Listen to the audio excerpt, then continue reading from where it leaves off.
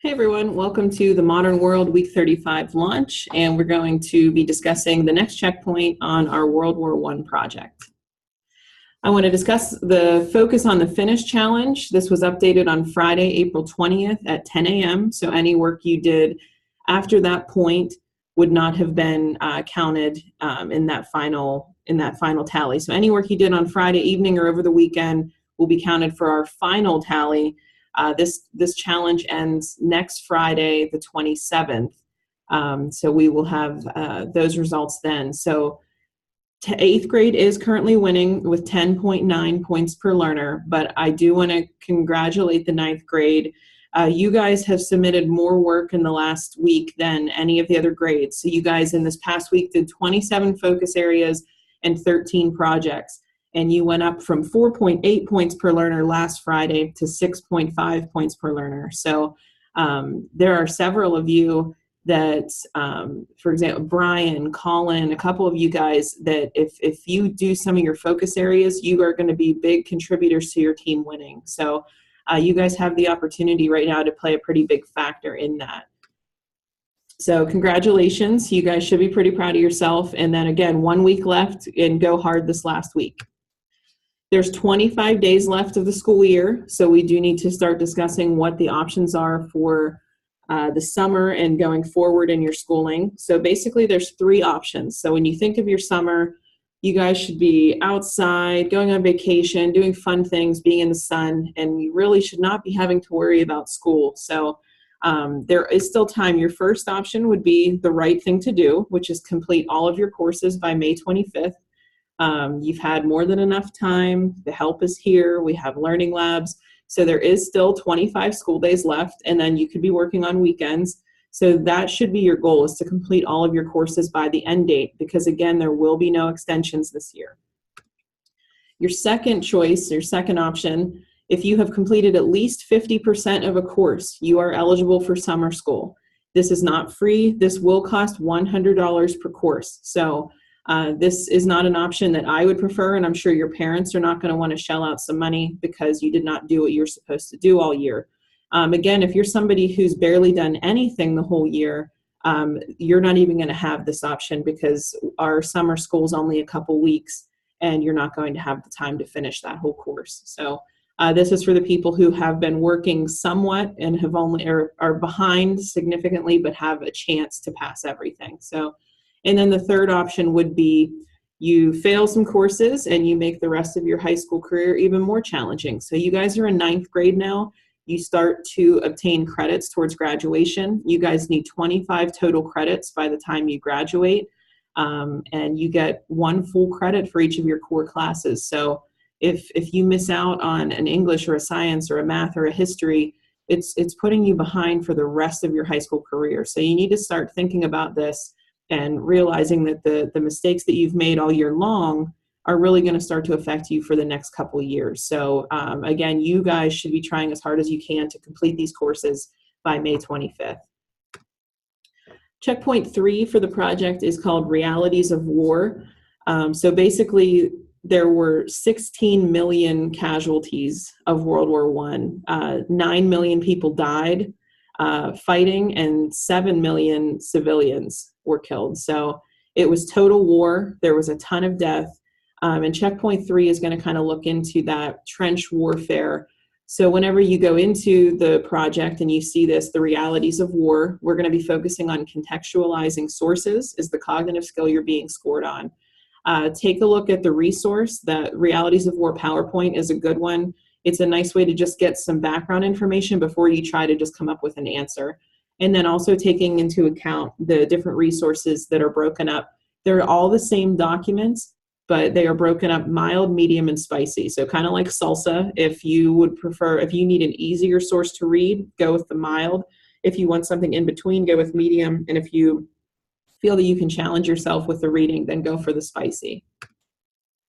When you open up that checkpoint, you are going to be answering the question, what was the experience of soldiers during World War I?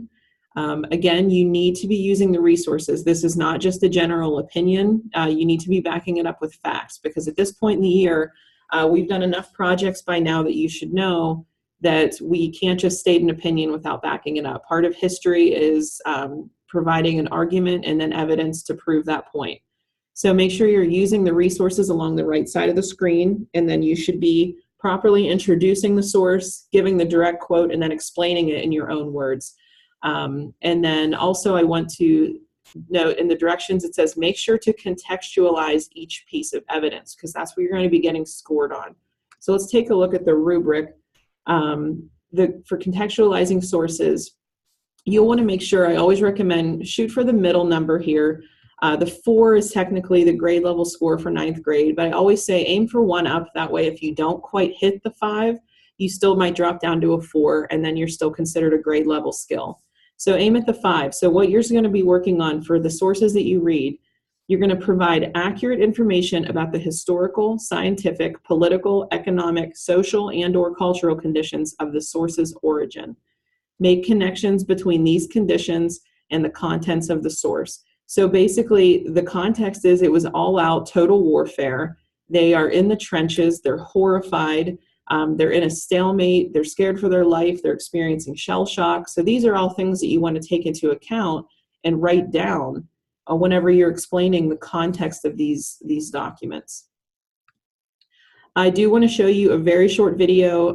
This is Life in a Trench. So this video is wonderful in explaining exactly how trench warfare was in World War I. So it's something unlike any other war we've really had since. So I just want, it's a 3-minute video, and I do want you guys to just pay attention to how awful this would have been.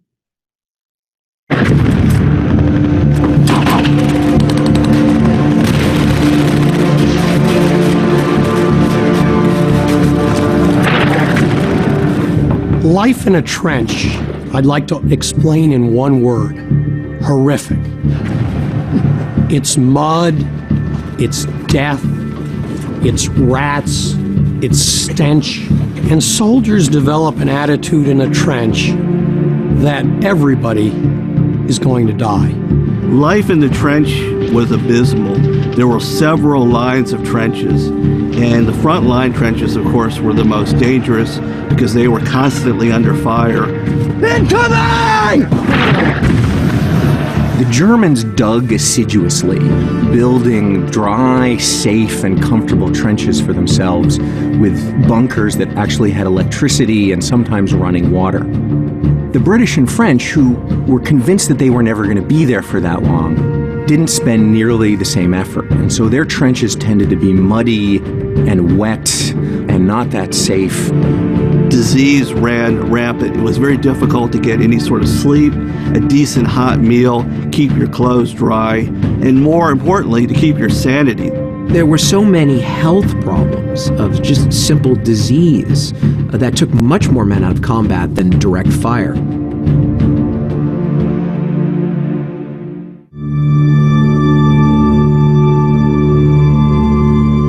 I think one word that would surprise people about life in a trench: boredom. A lot of time is spent just sitting, cleaning tools, and being scared to death the battle's going to start any minute. It was just the day-to-day monotony of being trapped in this very small space and fighting for a war that's really fought in inches. The idea of open warfare, of fighting out into what they called no man's land, wasn't working. The technology of the war had advanced so much with machine guns, artillery that could lob shells a mile. It became mostly a defensive war early on, and as a defensive war, you wanted to protect your troops, so the miles and miles of trenches were built. There were often bodies buried in the sides of trenches, bodies lying out in the open in front of the trenches. The soldiers were experiencing not only the war that they were fighting at the moment, but the war that had been going on throughout those trenches for all of the years of the war. A young lieutenant writes his mother and says, "I haven't been killed yet, but it's only a matter of time." That's typical of the way soldiers felt about life in the trench. You just did it. You existed day to day, tried to go on, keep your chin up, but one day, the bullet was going to have your name on it, and you were going to perish. You weren't going home.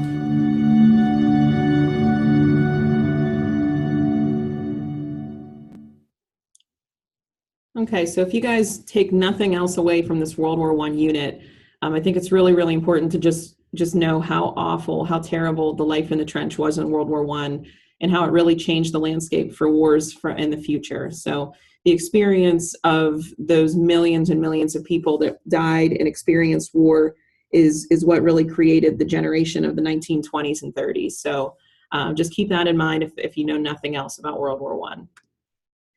Okay, so for week 35, which runs from Wednesday, April 25th through Tuesday, May 1st, you should aim to master the effects and costs of World War I focus area if you haven't already. If you want to challenge and you're onto those additional focus areas, you could try the enabling forces of imperialism. And also, I'd like to see you submit checkpoint 3 of the Art as Expression project. And your reflection for this week's launch, I'd like you to describe life in the trenches during World War I.